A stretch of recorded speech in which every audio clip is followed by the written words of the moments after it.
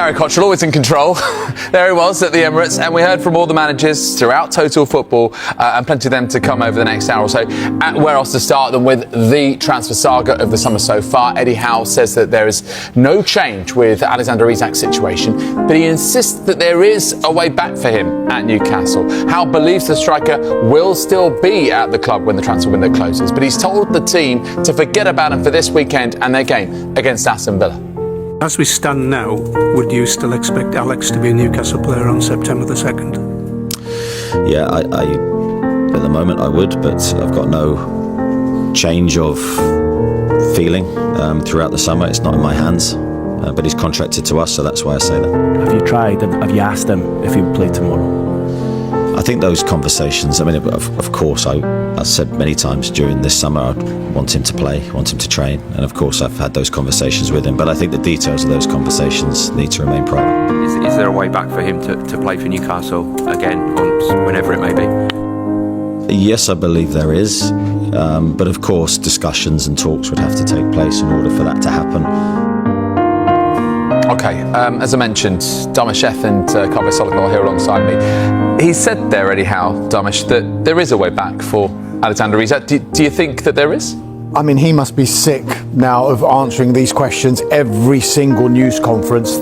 He just wants this saga sorted out one way or another with Alexander Isak, but it looks like it is going to rumble on. Is there a way back? I think Eddie Howe has to say there is, regardless of how he feels, whether he thinks deep down whether there is a way back or not. Simply because, one, if Newcastle United do end up selling Alexander Isak, he needs to say the right things to make sure that the market value stays in a certain place. Some people would say it's gone too far because of how they perceive Alexander Isak has conducted himself here, but we have seen instances before where players maybe have come from even further back than what Alexander Isak is here. We'll be old enough to remember the Pierre van Hooijdonk saga back in 1998 when he effectively went on strike at Nottingham Forest, and yet he came back. And more recently, Carlos Tevez, Roberto Mancini says he will never play for Manchester City again when he refused to come off the bench in that Champions League game against Bayern Munich, and yet by the end of the season he was helping Manchester City win that dramatic title back in 2012. So is there a way back? Eddie Howe says yes. On face value, we have to believe Eddie Howe because he is consistently having to answer these questions every single news conference. Whether he does have a way back, we don't know. He's not going to feature this weekend for starters, though. Interesting phrase that you mentioned there, Dharmesh, the way that he has conducted himself, talking about Alexander Isak. Kaveh, any sympathy for Isak? I think from a football perspective, no sympathy. From a human perspective, yes. And the reason I say that is there's definitely more to this than meets the eye. We don't know exactly what is going on. I don't think Alexander Isak is somebody who would just behave like this for no reason whatsoever. There was a very good column I read a couple of weeks ago by Martin Samuel who seemed to suggest that Isak thought that he'd been promised a new contract at Newcastle and for whatever reason that hadn't materialised.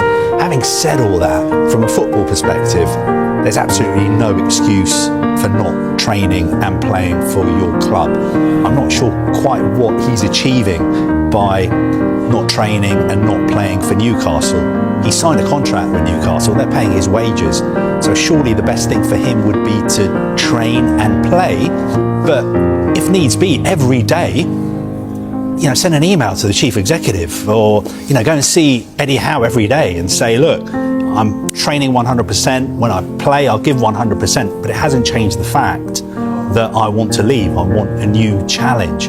The way he's gone about it, without knowing all the facts and without knowing what's going on behind the scenes, you would think it's not the way to behave, especially when you represent a fan base as passionate as Newcastle United's. Okay, so that's the Newcastle side of things, but what is Liverpool's stance on the situation? Well, Arne Slot is adamant they need another attacker in before the end of the window. It's clear that with Darwin gone and Luis Diaz gone, and even last season we had 5 or 6 options, I think. Again, Diogo, I need to mention him as well. So yeah, that we need to have one more attacker, at least. Okay, so that's pretty clear, isn't it, from Arne Slot-Carve. And of course, it's always the way. The fixture computer loves to kind of, play its own role. And these two sides are playing each other a week on Monday. It'll be the Monday night football of match round 2, if you like. So what colours will Alexander Isak be wearing if he's at all involved? I think if I was a betting man, you would say that it's probably for the best if he sits this one out. If anything's going to happen regarding his future, perhaps the best time to do it is when this fixture is out of the way, because I can't really close my eyes and imagine him playing for Liverpool at St James's Park in just 9 days' time. But on the other hand, could he play for Newcastle? Eddie Howe said he still hopes that this can be resolved, and he's still got a Newcastle contract. So who knows, maybe in the next few days there could be some developments which would mean that he's welcomed back into the fold. But I would find it very, very difficult to imagine him playing for Liverpool at St James's Park a week on Monday. The transfer market is heating up, and Manchester United might have just pulled off one of the smartest moves of the summer. While Brighton's Cameroonian powerhouse Carlos Baleba has been United's #1 target for weeks, the £120 million price tag set by Amex officials has forced the Red Devils to think fast. And now, all eyes are on Denmark's midfield warrior, Hjulmand. At just £50 million, Hjulmand could be the ultimate bargain of the season.